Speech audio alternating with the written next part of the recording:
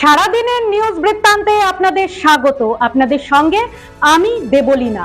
দেশ থেকে রাজ্য, শহর থেকে গ্রাম, দিনের গুরুত্বপূর্ণ খবর নিয়ে শুরু করছি আজকের সারাদিনের নিউজ বৃত্তান্ত।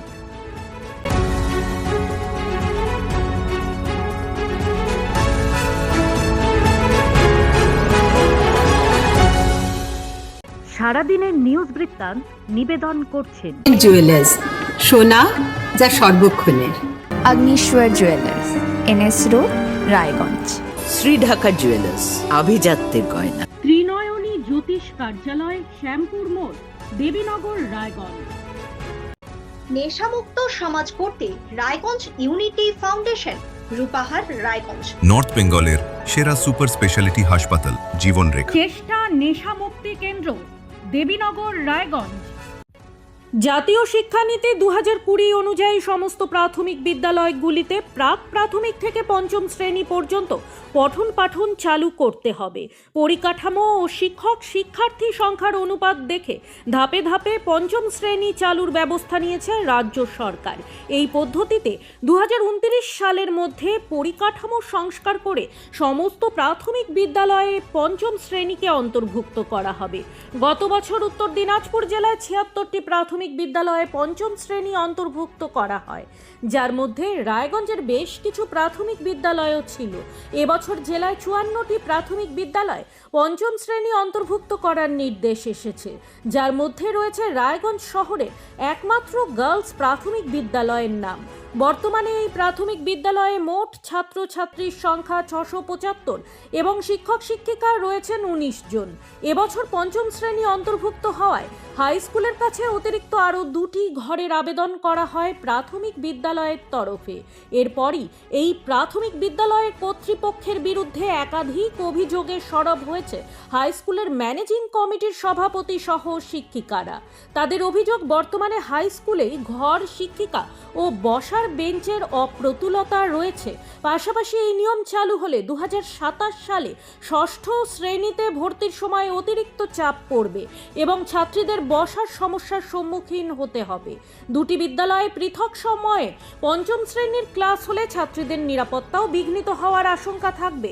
এছাড়াও এত বছর ধরে প্রাথমিক বিদ্যালয়ের বিদ্যুৎ বিল বহন করে হাই স্কুল কর্তৃপক্ষ, এমনকি অনুমতি না নিয়েই প্রাথমিক বিদ্যালয়ে বিভিন্ন উন্নয়নমূলক কাজ করা হচ্ছে। এ বিষয়ে রায়গঞ্জ গার্লস প্রাথমিক বিদ্যালয়ের ভারপ্রাপ্ত প্রধান শিক্ষক গৌরাঙ্গ চৌহান অবশ্য বলেন, বর্তমান ম্যানেজিং কমিটি পুরো বিষয় জানেন না। 2014 সালে তৎকালীন ম্যানেজিং কমিটি 10টি ঘর ব্যবহারের অনুমতি দিয়েছে তাদের কাছে সেই রেজলিউশনও রয়েছে পেছনের জায়গা ব্যবহার করার ও সেই অনুযায়ী ব্যবস্থা নেওয়ারও অনুমতি দেওয়া আছে। বিদ্যালয়ের পরিকাঠামোগত উন্নতি তারা করতেই পারেন। তিনি বলেন, গার্লস প্রাথমিক ও গার্লস হাই স্কুল মূলত একই স্কুল, তাই দুই স্কুলের মধ্যে কোনো সমস্যা তৈরি হওয়ার কথা নয়। ডিসেম্বরের শীতে মেলা ও সাংস্কৃতিক প্রতিযোগিতার আসর ঘিরে মেতে ওঠে বাঙালি।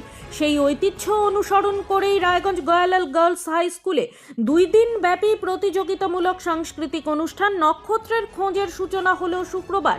শুক্র ও শনি 2 দিন ব্যাপী এই অনুষ্ঠানে সঙ্গীত, নৃত্য, আবৃত্তি, কুইজ সহ নানান প্রতিযোগিতায় অংশ নিয়েছে ক্ষুদে থেকে বড় সকল নক্ষত্ররা।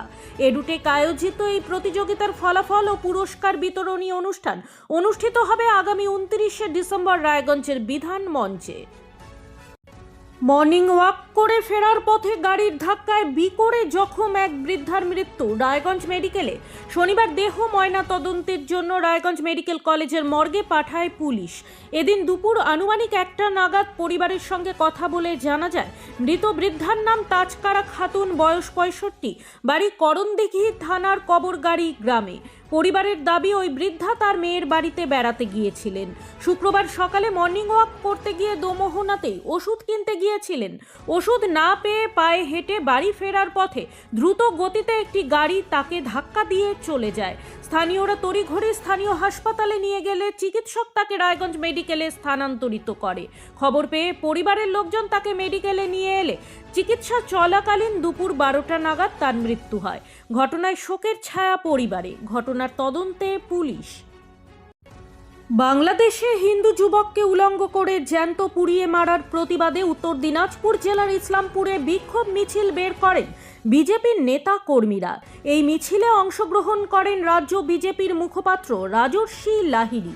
বিক্ষোভ মিছিলে হিন্দু হিন্দু ভাই ভাইয়ের স্লোগান ওঠে।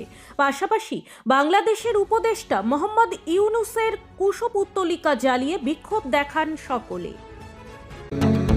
প্রতিদিনের প্রতি মুহূর্তের খবরের আপডেট পেতে চোখ রাখুন নিউজ বৃত্তান্তের ফেসবুক পেজে।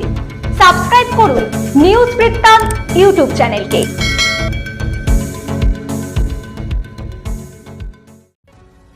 North Bengal distributors welfare association ও উত্তর দিনাজপুর ডিস্ট্রিবিউটর ওয়েলফেয়ার অ্যাসোসিয়েশনের উদ্যোগে ত্রিবার্ষিক সাধারণ সভা ও 11তম বর্ষপূর্তি অনুষ্ঠান অনুষ্ঠিত হল উত্তর দিনাজপুর জেলার West Dinajpur chamber of commerce ভবনে।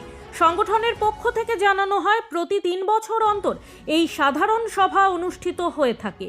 এই সভার অন্যতম গুরুত্বপূর্ণ লক্ষ্য হল নতুন কমিটি গঠন, পাশাপাশি জেলার ছোট, মাঝারি ও বড় সকল ব্যবসায়িক ডিস্ট্রিবিউটরদের স্বার্থ সংরক্ষণ ও ব্যবসায়িক উন্নয়নের দিকগুলি নিয়ে আলোচনা করা। সভায় ডিস্ট্রিবিউটরদের ব্যবসায়িক পরিকাঠামো উন্নয়ন, বিভিন্ন সমস্যার সমাধান, নীতি নির্ধারণ সংক্রান্ত বিষয় এবং ভবিষ্যৎ পরিকল্পনা নিয়ে বিস্তারিত আলোচনা হয়। সংগঠনের প্রতিনিধিরা জানান, এই ধরনের সভার মাধ্যমে ডিস্ট্রিবিউটরদের মধ্যে পারস্পরিক সহযোগিতা বাড়ে এবং ব্যবসা সংক্রান্ত নানা জটিলতা সমাধানের পথ সুগম হয়। সভায় উপস্থিত সদস্যরা আশা প্রকাশ করেন, সংগঠনের ঐক্যবদ্ধ প্রচেষ্টায় আগামী দিনে উত্তর দিনাজপুর জেলার ডিস্ট্রিবিউটরদের ব্যবসায়িক স্বার্থ আরও সুদৃঢ় হবে এবং সামগ্রিকভাবে ব্যবসার পরিবেশের উন্নতি ঘটবে। বিধায়কের হাত ধরে কংগ্রেসের পঞ্চায়েত সদস্যের তৃণমূলে যোগদান। শুক্রবার রাতে ইটাহারের কাপাসিয়া অঞ্চলের নমুনিয়া গ্রামে এই যোগদান সভার আয়োজন করা হয়।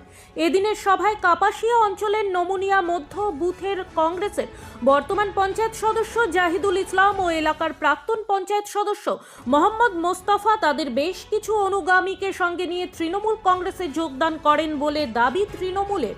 তাদের হাতে তৃণমূলের পতাকা তুলে দেন বিধায়ক মোশাররফ হোসেন ও ব্লক তৃণমূল সভাপতি কার্তিক দাস। এছাড়া উপস্থিত ছিলেন ব্লক তৃণমূলের সহ সভাপতি মজিবুর রহমান, অঞ্চল সভাপতি হুসেন আলী সহ অন্যান্যরা। মূলত তৃণমূল পরিচালিত রাজ্য সরকারের উন্নয়নে সামিল হতে কংগ্রেস পঞ্চায়েত সদস্যের তৃণমূলে যোগদান বলে দাবি ইটাহার ব্লক তৃণমূল সভাপতির। তিনি জানান, আগামী বিধানসভা নির্বাচনের আগে ইটাহারে কংগ্রেস নির্মূল হয়ে যাবে। প্রধানমন্ত্রীর সভায় যোগ দিতে যাচ্ছিলেন বাসে করে। এমন সময় প্রকৃতির ডাকে সাড়া দিতে বাস দাঁড় করিয়ে রেল লাইনের ধারে গেলে ট্রেনের ধাক্কায় মৃত্যু হয়েছে 3 জনের। ওই ঘটনায় জখম হন আরও 2 জন। তার মধ্যে একজন শক্তিনগর জেলা হাসপাতালে ভর্তি রয়েছেন, অন্যজনকে প্রাথমিক চিকিৎসার পরে ছেড়ে দেওয়া হয়। শনিবার রাজ্যে আসছেন প্রধানমন্ত্রী নরেন্দ্র মোদী। নদিয়ার তাহিরপুর নেতাজি পার্ক ময়দানে রয়েছে প্রধানমন্ত্রীর সংকল্প সভা। ওই সভায় যোগ দিতে সমর্থকদের যাতে ভোগান্তি পোহাতে না হয়, এজন্য এদিন শিয়ালদহ লালগোলা রুটে অতিরিক্ত ট্রেন চালানোর সিদ্ধান্ত নিয়েছে রেলওয়ে মন্ত্রক। কিন্তু তার বাইরে বাস ভাড়া করে কর্মী সমর্থকেরা সভায় হাজির হওয়ার চেষ্টা করেন। বাস ভাড়া করে মুর্শিদাবাদ থেকে মোদির সভায় যোগ দিতে যাওয়ার পথেই ট্রেনের ধাক্কায় মৃত্যু হয়েছে 3 জনের। জানা গিয়েছে, কৃষ্ণনগর রানাঘাট শাখার তাহেরপুর থেকে বাতকুল্লা স্টেশনের মাঝে রেল লাইনের ধারে শৌচকর্ম করার সময় ওই ঘটনা ঘটে। ট্রেনের ধাক্কায় ঘটনাস্থলেই মারা যান 3 জন। সারাদিনের নিউজ বৃত্তান্ত আজ এই পর্যন্তই। খবরে থাকুন, চোখ রাখুন নিউজ বৃত্তান্তে। নিউজ বৃত্তান্ত, হলুদ নয়, স্বচ্ছ।